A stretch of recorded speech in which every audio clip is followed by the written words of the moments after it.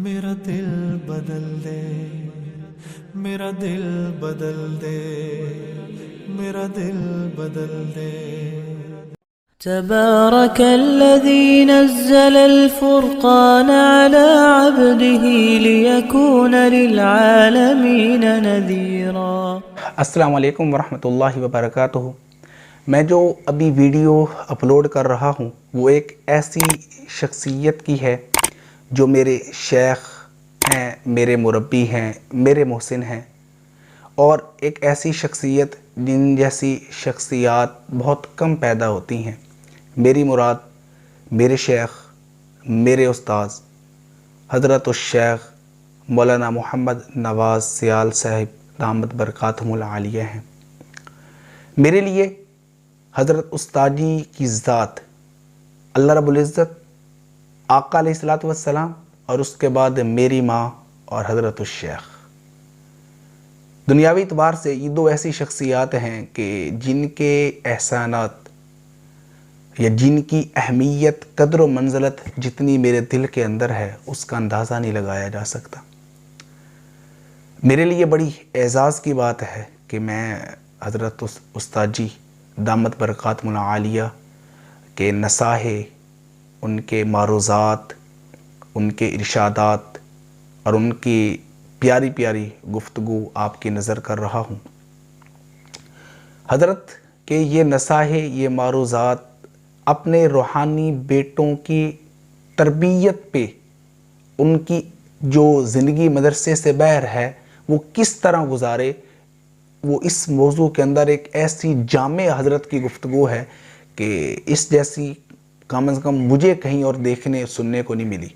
اب خود اندازہ لگائیں کہ میں نے بہت سارے استاد جی کے بیان سنے ہیں، گھنٹہ، سوا گھنٹہ، اس سے زیادہ نہیں، اور استاد جی نے جو ہمیں اپنے پاس بلا کے خود کھلایا پلایا، عزت دی، اور رات 2:15 بجے تک استاد جی ہم سے مخاطب رہے، اور جس طرح ایک باپ اپنے بیٹوں کو سمجھاتا ہے، ایک ایک غلطی کے اوپر نشاندہی کرتا ہے کہ تم فلاں، تمہارا شعبہ اس طرح کرو، فلاں میں اس طرح کرو، یہ غلطی ہے، یہ نہ کرنا، یہ کرنا، ایک ایک چیز حضرت نے بتائی، اور تقریباً 2 گھنٹوں کے اوپر محیط حضرت کے ارشادات ہیں۔ تو میرے لیے یہ خوش قسمتی ہے کہ میں استاد جی کے ان جو ایک بیان ہے 2 گھنٹے کا، اس کے 4 حصوں کے اندر تقسیم کر کے، اول، دوم، سوم اور چہارم کے حصص میں تقسیم کر کے اپلوڈ کر رہا ہوں۔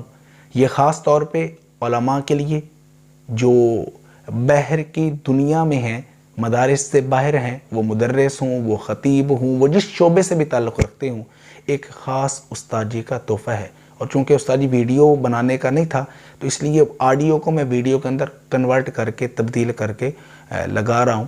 میری آپ سے گزارش ہے کہ استاد جی کا یہ جو بیان تھا، یقین جانے روحانی اور وجدانی تھا۔ ایک ہوتا ہے پہلے سے سوچ کے جانا، ایسا کچھ نہیں تھا، ہمیں نظر آ رہا تھا۔ استاد جی جب بیٹھے تو ان کا نہیں تھا اتنا لمبے میرے خیال میں گفتگو کرنے کا، لیکن ہمارے شوق کو، ولولے کو دیکھتے ہوئے، اور ہمارے جس طرح ایک باپ اپنے بیٹوں سے جب مخاطب ہوتا ہے تو ٹائم کا پتہ نہیں چلتا، وہ ایک ایک چیز وہ کہتا ہے میں یہ بھی بتاؤں، یہ بھی بتاؤں، یہ بھی نشاندہی کروں، تو یہ کچھ تھا۔ ایک ایک چیز استاد جی نے بتائی، پہلے بیان شروع فرمایا، پھر حضرت مولانا مفتی حسن صاحب دامت برکاتہم العالیہ لاہور والے وہ تشریف لے کے آئے، پھر ان کا بیان ہوا، پھر بعد میں پھر استاد جی نے دوبارہ جو ہے اپنے ارشادات بیان کرنے شروع کیے، اور ان کے جانے کے بعد بھی لگاتار تقریباً 2 گھنٹے جو ہے استاد جی ہم سے مخاطب رہے۔ تو ان کا ہمارے اوپر یہ احسان ہے کہ اپنے پاس بلا کے لوگ ان کی تاریخیں لیتے ہیں، وقت لیتے ہیں، سب کچھ کرتے ہیں، لیکن آدھا گھنٹہ، پونا گھنٹہ حضرت بیان ارشاد فرماتے ہیں، لیکن ہمیں اپنے پاس بلا کے ان کی محبت اتنی زیادہ ہے کہ اتنا زیادہ انہوں نے ہمارے اوپر احسان کیا۔ تو میری آپ سے گزارش ہے خاص طور پہ جو حضرت کے متعلقین ہیں اور جو علماء ہیں باہر کی دنیا میں کام کر رہے ہیں، ان کے لیے خاص تحفہ ہے۔ ایک ایک بات انشاءاللہ آپ کے دل پہ لگے گی۔ یقین جانے میرے ساتھ کئی دفعہ ایسا ہوا ہے کہ میں کوئی نہ کوئی چیز سوچ کے جاتا ہوں کہ جی استاد جی سے اس بارے میں بات کروں گا، یا کوئی مسئلہ مجھے ہوتا ہے پوچھوں گا، لیکن جب وہاں پہ جاتے ہیں استاد جی کا بیان سنتے ہیں، عام طور پہ خانقاہ پہ ہی جاتے ہیں، تو یقین جانے وہ لگتا ہے کہ جو کچھ میں سوچ کے آیا تھا استاد جی اسی کے اوپر بات کر رہے ہیں، اور جو کچھ میں دل میں لے کے گیا تھا اعتراضات سوال و جواب وہ سارے کے سارے ختم ہو جاتے ہیں اور اس کے بعد پوچھنے کی کوئی حاجت نہیں رہتی۔ تو اس طرح کی ایک جامع شخصیت، اعلیٰ شخصیت اللہ رب العزت کا ایک عظیم احسان ہمارے اوپر ہے۔ اللہ رب العزت حضرت کا سایہ ہمارے اوپر تعدیر قائم و دائم رکھے اور ہمیں صحیح طور پہ حضرت الشیخ کا جو فیض ہے اس سے مستفیض ہونے کی توفیق عطا فرمائے۔ آپ بیان سنیں اور آپ سے التجا ہے کہ آپ اپنے آپ کو حاضر کر کے، جس طرح تبلیغی حضرات کہتے ہیں دل کا پیالہ خالی کر کے بیٹھیں گے تو ایک ایک لفظ، ایک ایک بات آپ کے دل کے اوپر لگے گی، ٹچ کرے گی، اور آپ کو لگے گا کہ یہ تو جو برائی میرے اندر تھی یہ تو مجھے مخاطب کر رہے ہیں، یہ تو مجھے مخاطب کر رہے ہیں۔ اور انشاءاللہ ہمارے زندگیوں کا رخ بدلنے کے اندر استاد جی کا یہ بیان نافع ہوگا۔ السلام علیکم ورحمۃ اللہ۔ اللہ الرحمن الرحیم۔ آپ لوگوں کے اخلاص کی بہت بڑی دلیل اور علامت ہے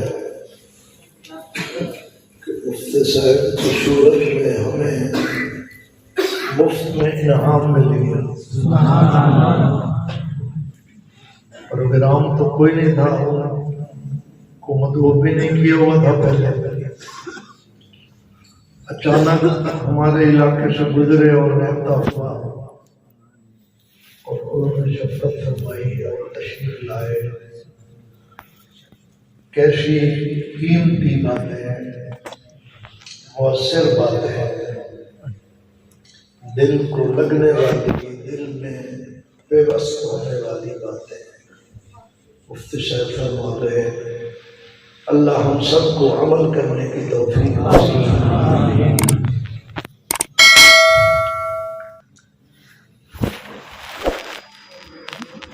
نام خان سے فرما رہے تھے کہ پیشکش ہے کہ بھئی وہی سناؤ۔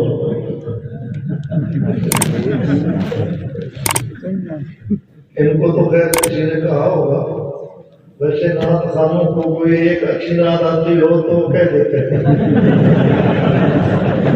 کیا لگ گیا؟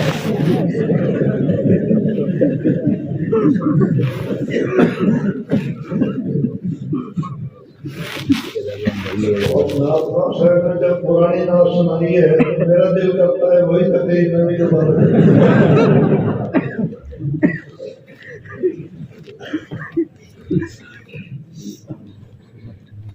وقت بہت بیت چکا ہے، آپ حضرات کے سفر کو اور آپ کی لگن کو دیکھتے ہیں تو پھر تو دل کرتا ہے کہ صبح کی اذان کے بعد نماز کٹی پڑھ کے جائیں۔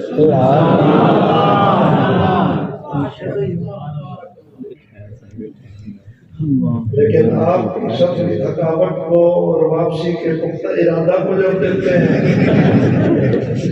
پھر دل کرتا ہے جلدی ختم کر دیں تو میانہ روی سے کریں گے انشاءاللہ، بہت جلدی نہ بہت دیر سے۔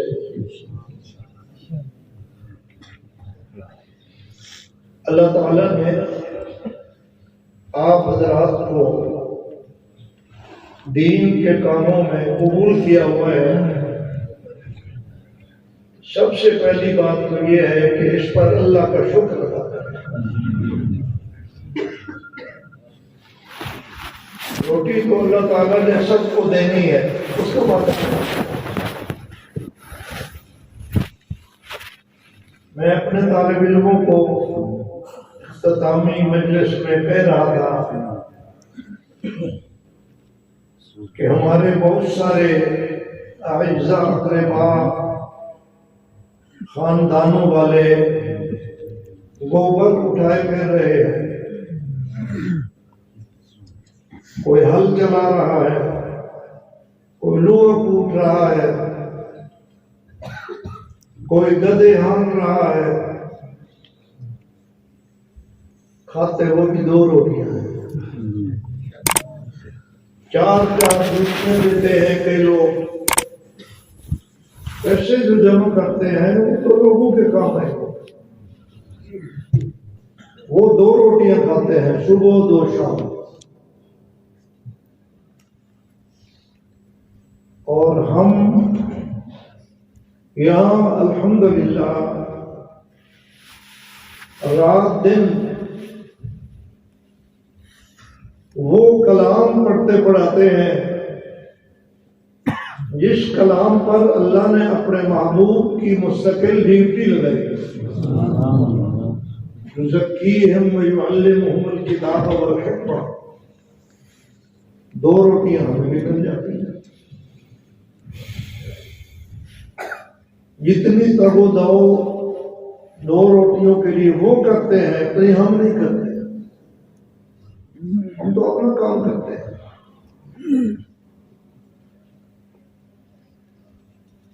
تو اللہ نے اس مقصد کے لیے جو قبول کر رکھا ہے ہمیں اس کی قدر کرنی چاہیے، اور اس مدرسے کا قیام اور اس مدرسے کی بڑھوتری یہ ہے ہی اسی مقصد کے لیے کہ یہاں سے کام کرنے والے علماء پیدا ہوں۔ ہم نے یہاں سے ماسٹر نہیں پیدا کرنے، اس کے لیے بہت سکول ہے۔ ہم نے تاجر نہیں پیدا کرنے، اس کے لیے بہت دنیا باغی پھر رہی ہے۔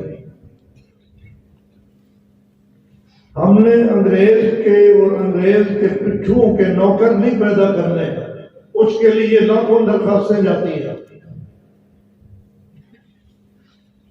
ہم نے تو یہاں سے پیدا کرنے ہیں دین کے خدام۔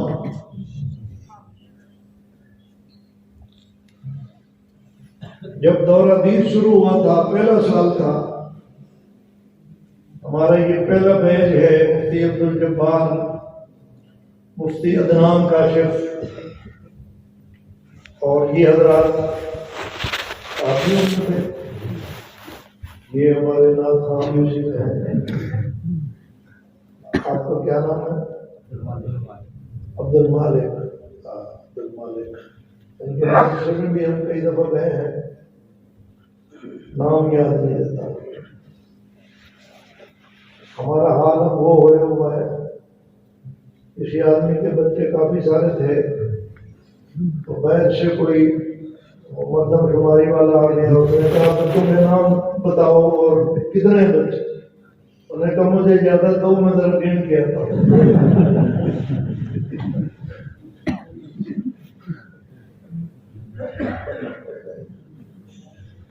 انہیں بھی نام نہیں آتے، لیکن الحمدللہ آپ سارے دل میں بستے ہیں، نام نہ بھی یاد رہے۔ تو میں عمرے پر گیا، جب پہلا بیچ دورہ پڑنے والا تھا، میں نے جو سب سے اہم دعا کی اپنے ساتھیوں کے لیے، قادریہ کے طالب علموں کے لیے، طواف کے درمیان میں، وہ یہ تھی کہ یا اللہ میرے ادارے سے فارغ ہونے والے فضلاء کو دینی کام میں مصروف کر۔ آپ کے لیے مربے نہیں مانگے، میں نے اپنے لیے بھی مربے کبھی نہیں مانگے، آپ کے لیے مربے نہیں مانگے، میں نے آپ کے لیے دینی مشغولیت مانگی ہے، اور مجھے لگتا ہے کہ میری دعا اللہ نے قبول کی ہے۔ جیسے آپ کارروائیاں سنا رہے تھے کہ کوئی تدریس میں، کتب میں، کوئی قرآن پاک میں، کوئی امامت کتابت میں، مختلف شعبوں میں مصروف ہے، یہ اللہ کا احسان ہے۔ اگر کہیں کوئی تجارت بھی کر رہا ہے تو اس نے علمی مشغولیت سے اپنے آپ کو محروم نہیں رکھا، کہیں نہ کہیں جمعہ پڑھا لیتا ہے، درس دے لیتا ہے، اور نہیں تو 4 بندوں کو بٹھا کر کوئی بات تبلیغ کر دیتا ہے، کسی نہ کسی دینی کام میں وہ لگا رہتا ہے، فارغ نہیں ہے۔ یہ اللہ کا احسان۔ ہماری خوشی اسی میں ہے کہ آپ دینی کاموں میں نظر آئیں۔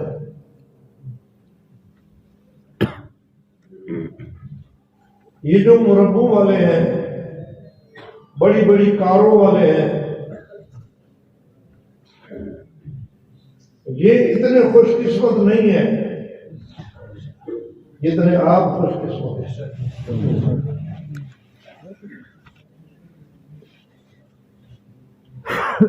جب آپ کو اللہ تعالیٰ نے دینی خدمات کے لیے قبول کر لیا ہے تو اب ضروری ہے کہ آپ اپنے آپ کو دین کے ساتھ ایسا جوڑ دیں کہ آپ دین کے رنگ میں رنگے جائیں۔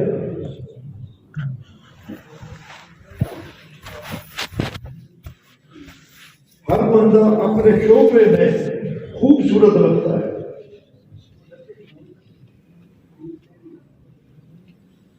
اگر آپ کسی تاجر کو دیکھ کر، اس کی بڑی گاڑی کو دیکھ کر، بڑی کوٹھی کو دیکھ کر للچائی ہوئی نگاہوں سے دیکھیں گے اور دل میں تمنا کریں گے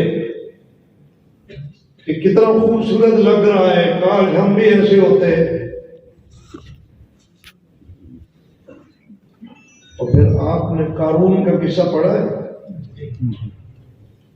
آپ تو قرآن پاک کے حافظ بھی ہیں اور ماشاءاللہ عالم بھی ہیں۔ وہ جب شان و شوکت کے ساتھ باہر نکلا تھا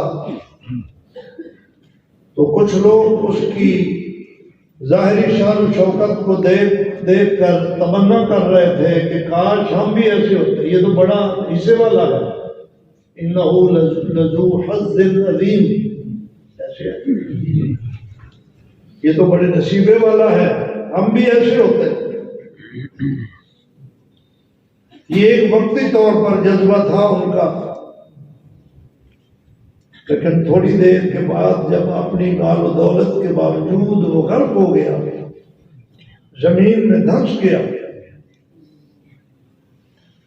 تو پھر وہ کہہ رہے تھے کہ اللہ کا شکر ہوا کہ ہم ایسے نہیں گئے۔ آپ کو پتہ ہے اہل علم نے ان کو کیا کہا تھا؟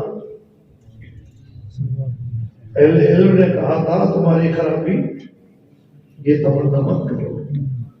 کیسے آیت ہے؟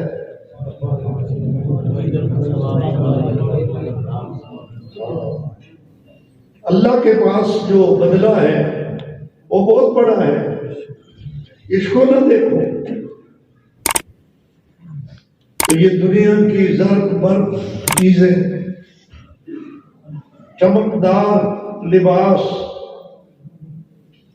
لمبی لمبی کوٹھیاں، بڑی بڑی کاریں، بڑے بڑے عہدے، ان کی کوئی ویلیو نہیں ہے اس کام کے مقابلے میں جو اللہ نے آپ کو عطا کیا۔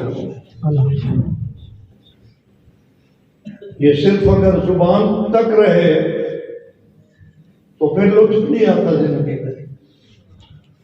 زندگی میں لطف تب آتا ہے جب یہ باتیں اندر ہوتا ہے۔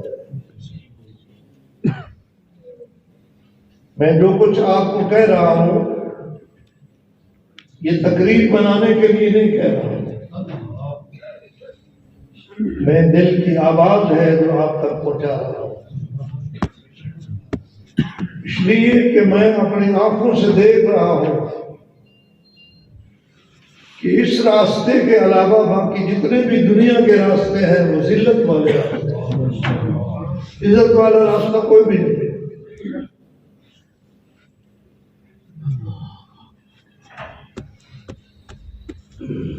ہمارے پاس لوگ آتے رہتے ہیں روزانہ، بڑی گاڑیوں والے بھی آتے ہیں، کبھی کبھی بڑی فیکٹریوں والے بھی آتے ہیں، جن کو لوگ دیکھ دیکھ کر للچاتے ہیں اور تمنائیں کرتے ہیں کہ کاش ہم بھی ایسے ہوتے۔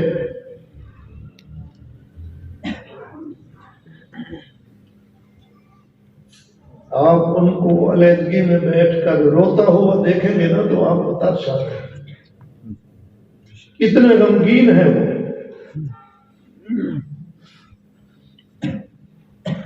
اسی طبقے کے لوگ خودکشیاں کر رہے ہیں،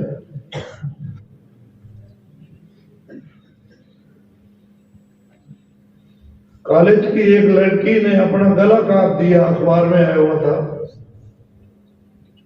کہ ہاسٹل میں ایک اسٹوڈنٹ سے دوستی ہوئی اور اس نے وعدہ کیا تھا میں تیرے ساتھ شادی کروں گا، اور اس نے انکار کر دیا، کہا میں نہیں کرتا شادی، اس نے اپنا گلا کاٹ دیا۔ یونیورسٹی میں پڑھتی تھی، بی اے کی یا ایم اے کی طالبہ ہوئی،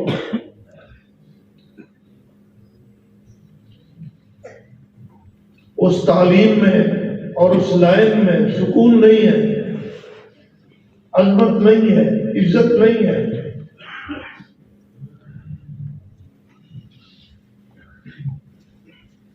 اور یہ لائن جس پر آپ چل رہے ہیں، ہم چل رہے ہیں، یہ اتنی سکون والی لائن ہے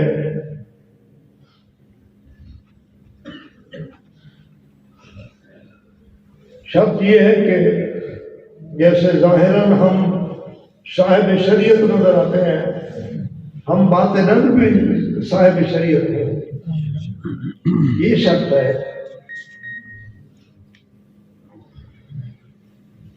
تو وہ اگر چٹائی پر بیٹھا ہوا ہے اور دوسرا آدمی گھوڑے میں جوٹ رہا ہے تو اس کو یہ خیال نہیں آئے گا کہ میں اس کی جگہ ہوتا، اس لیے کہ چٹائی پر اس کو جو سکون آ رہا ہے وہاں نہیں رہے گا۔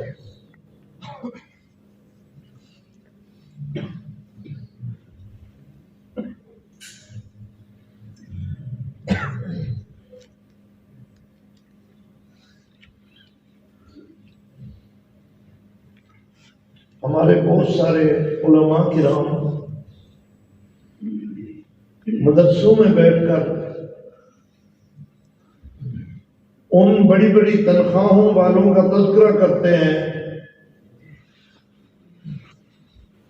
بڑے عجیب انداز میں، کہ ہمیں کیا مل رہا ہے، فلانے پروفیسر کا 1.5 لاکھ روپیہ مشاہرہ ہے، فلانا تو کامیاب ہو گیا، دیکھو اس کے پاس گاڑی بھی ہے۔ ایسے شخص پر بیٹھا جو مدرسے میں ہے اور زیر اس کا دنیا داری والا ہے، اللہ سخت ناراض ہے۔ اللہ تعالیٰ ان جملوں کو پسند نہیں کرتا۔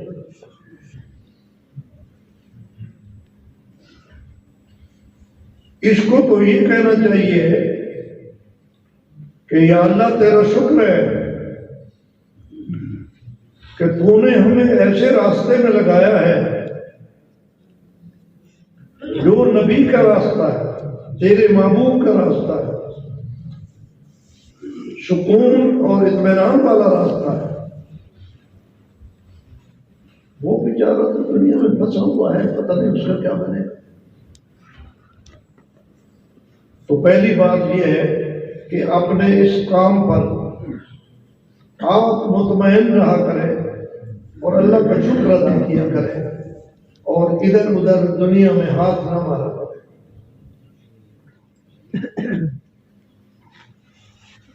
دوسری بات یہ ہے کہ یہ فطروں کا دور ہے، جس ماحول میں ہم بیٹھے ہوئے ہیں یہ فطروں سے بچا ہوا ہے۔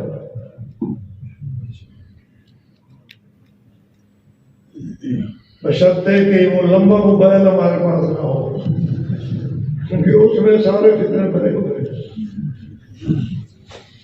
صحیح استعمال کرنے والے اس کو صحیح استعمال بھی کرتے ہیں، لیکن اس پر کنٹرول کرنا ذرا مشکل ہو جاتا ہے۔ ورنہ یہ ماحول ادارے کا، یہ جنت کا ماحول ہے، فطروں سے پاک ہے۔ اس سے باہر آپ نکلیں، آگ لگی ہوئی ہے، فطرے تسبیح کے منڈپوں کی طرح گر رہے ہیں۔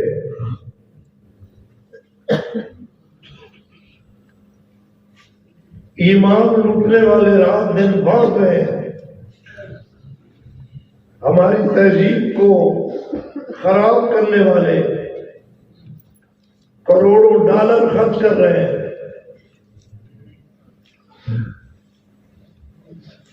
تو ان حالات میں ہمیں بہت احتیاط کی ضرورت ہے. یہ بات پلے باندھیے، ہمیں بہت احتیاط کی ضرورت ہے. اگر ہم کسی جگہ میں پھسل گئے تو ہماری وجہ سے پتہ نہیں کتنے لوگ پھسل جائیں گے.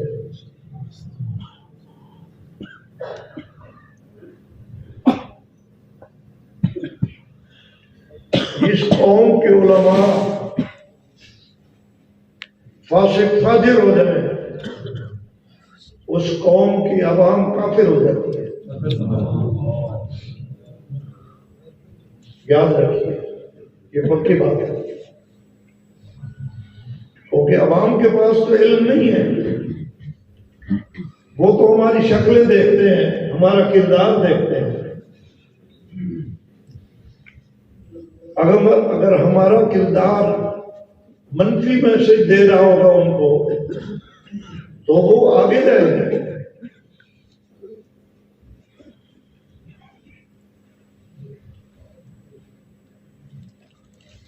میں ایک جگہ طالب علموں کو کہہ رہا تھا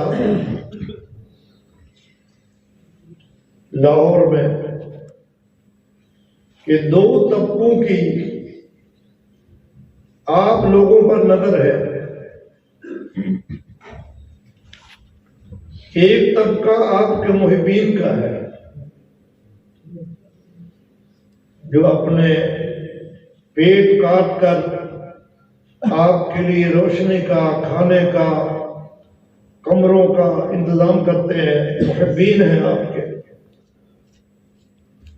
اور ایک طبقہ ہے آپ کے مخالفین کا جو آپ کے نام سے چڑھتا ہے، آپ کو برداشت نہیں کرتا. ان دونوں طبقوں کی آپ پر نظر ہے. جو محبین کا طبقہ ہے اس نے امیدیں باندھی ہوئی ہیں. وہ جو اتنا خرچہ کر رہے ہیں انہوں نے امید باندھی ہوئی ہے کہ یہ آنے والے فضلاء ہماری نسلوں کو سنبھالیں گے، ہمارے ادارے سنبھالیں گے، ہمارے گھر میں قرآن کی دولت پہنچائیں گے. اور جب کوئی دشمن حملہ کرے گا کسی عقیدے پر، کسی عمل پر، دلائل کی دنیا میں یہ جنگ لڑیں گے، اس کے مقابلے میں کھڑے ہوں گے. کیونکہ ہمیں تو پتہ نہیں ہے کیا کہنا ہے. یہ طبقہ ہے اس لیے وہ خط کر رہا ہے اور یہی امیدیں وابستہ ہے. اور جو ہمارا مخالف ہے وہ ہر وقت ہمارے قلوب تلاش کر رہا ہے اور اس کی خواہش ہے کہ یہ طبقہ اپنے مشن سے ہٹ جائے. اگر ہم اپنے مشن سے ہٹ گئے، ہمارا کردار صحیح نہ رہا، ہم نے اس علم والے دودھ میں مٹی ڈال دی، اس روحانیت والے شہد میں مرچیں ڈال دی، اور ہم اپنے مشن سے اگر پھسل گئے تو ہمارے محبین مایوس ہوں گے اور شیطانی طبقہ خوش ہوگا. دونوں طرف نقصان ہے. اس لیے ہماری بڑی ذمہ داری ہے کہ ہم احتیاط کے ساتھ رہیں. زیادہ تر 3 طبقات ہیں آپ جو تشریف فرما ہیں. ایک طبقہ وہ ہے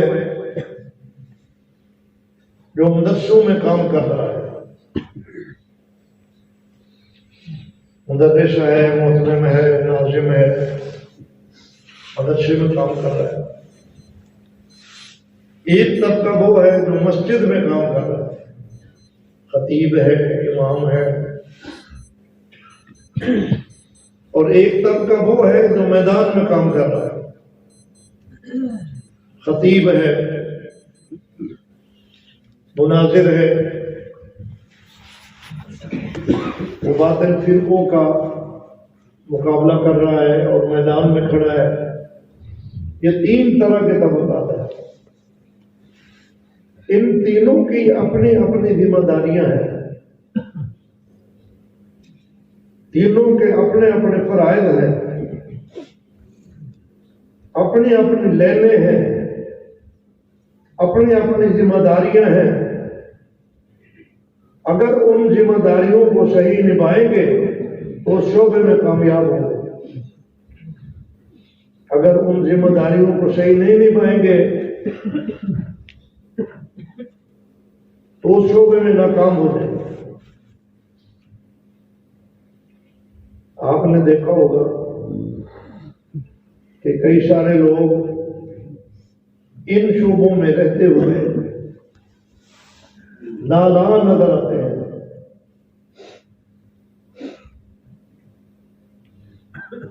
جب وہ نالاں ہوتے ہیں تو ناکام ہو جاتے ہیں. ان کا الزام ہوتا ہے مؤتمن پر، ان کا الزام ہوتا ہے مسجد کے مقتدیوں پر، ان کا اعتراض ہوتا ہے جلسہ کرانے والوں پر. لیکن حقیقت میں وہ اپنی ذمہ داری کو نبھا نہیں رہے.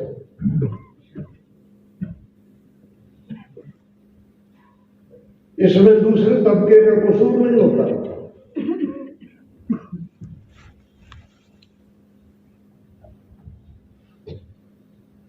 جو کسی مدرسے میں ہے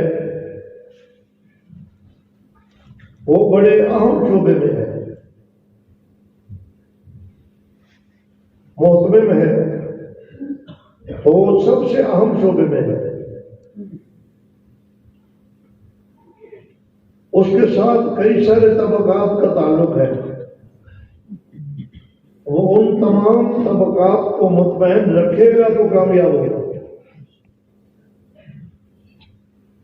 اگر ان طبقات کو مطمئن نہیں رکھے گا تو کامیاب نہیں ہوگا. ان طبقات کو مطمئن رکھنے کا مطلب ہے کہ ان کے حقوق ادا کریں. ایک طبقہ مدرسین کا ہے جو محتمم سے متعلق ہے. مدرسین کے اپنے حقوق ہیں، ان کی اپنی عزت نفس ہے. ایک طبقہ طلباء کرام ہے،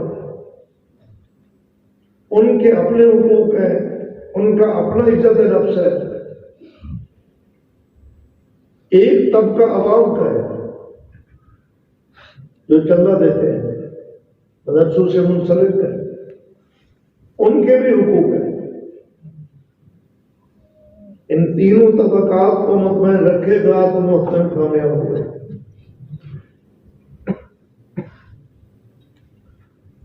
کوئی محترم اکیلا کامیاب نہیں ہو سکتا. وہ کہے مجھے مدرسین کی کیا پرواہ ہے، طلباء کی کیا پرواہ ہے، کوئی پڑھتا ہے پڑھتا ہے، نہیں پڑھتا نہیں پڑھا جائے، مجھے عوام کی کیا پرواہ ہے. ان تینوں طبقات کو مطمئن کرنا اس کی ذمہ داری ہے.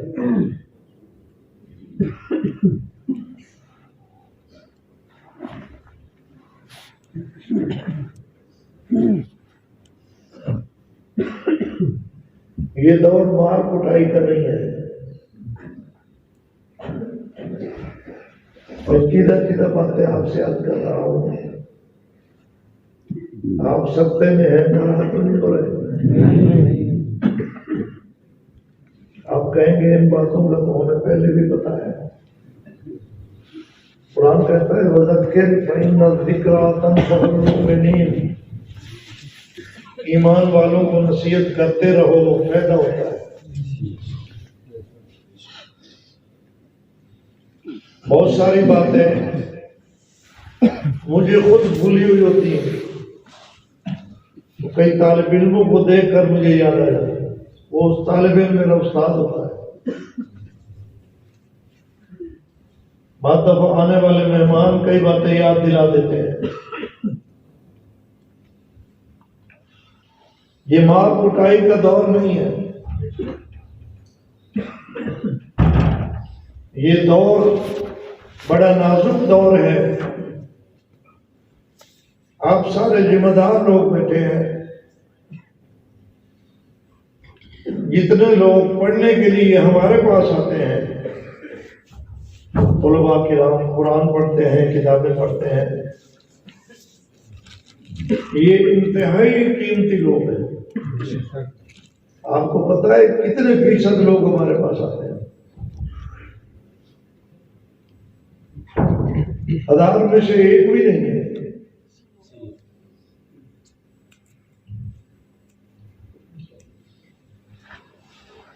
پاکستان کی آبادی 22 کروڑ ہے، دینی مدرسوں میں کتنے طلبہ پڑھ رہے ہیں؟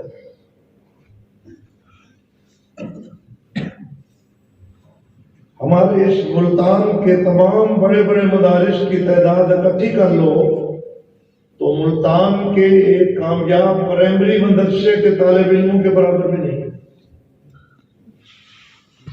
دوسری لائن میں کتنے لوگ جا رہے ہیں؟ 4 بھائیوں میں سے ایک بھائی ہمارے پاس آتا ہے، کبھی خاندان کے 100 ٹبر میں سے ایک بندہ ہمارے پاس آتا ہے، 100 ٹبر میں سے۔ تو یہ کتنا قیمتی سرمایہ ہے جو ہمارے پاس مدرسوں میں آتا ہے۔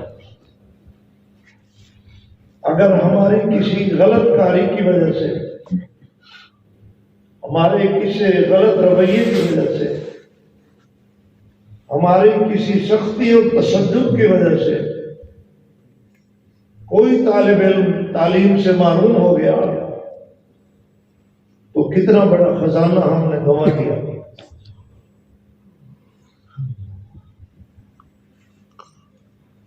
اس لیے ان طلباء کو اپنا محسن سمجھیں۔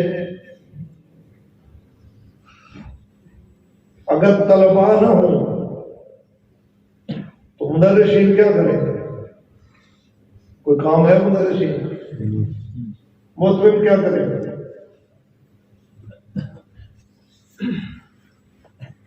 تو طلباء کی وجہ سے مدرسین کی بھی رونق بنی ہوئی ہے، مطلب کی بھی رونق بنی ہوئی۔ یہ طلباء محسن ہے، اپنے ان طالب علموں کو محسن سمجھو۔ کوئی رویہ کسی طالب علم کے ساتھ ایسا جو نامناسب ہو اور وہ اس سے بددل ہو کر تعلیم چھوڑ جائے تو میدان قیامت میں باز پوچھ ہو، یہ معاملہ یہی نہیں ختم ہو۔ اس لیے جو ہمارے بڑے تھے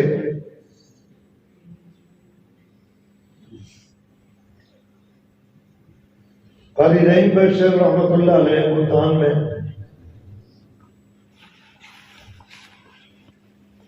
اس دور میں مار کٹائی بھی تھی، قاری صاحب مارتے بھی تھے، لیکن طالب علم ان کے عاشق تھے۔ جہاں بھی کوئی ان کا شاگرد ملتا ہے تو قاری صاحب کا نام لیتے لیتے تھکتا نہیں۔ وجہ کیا ہے؟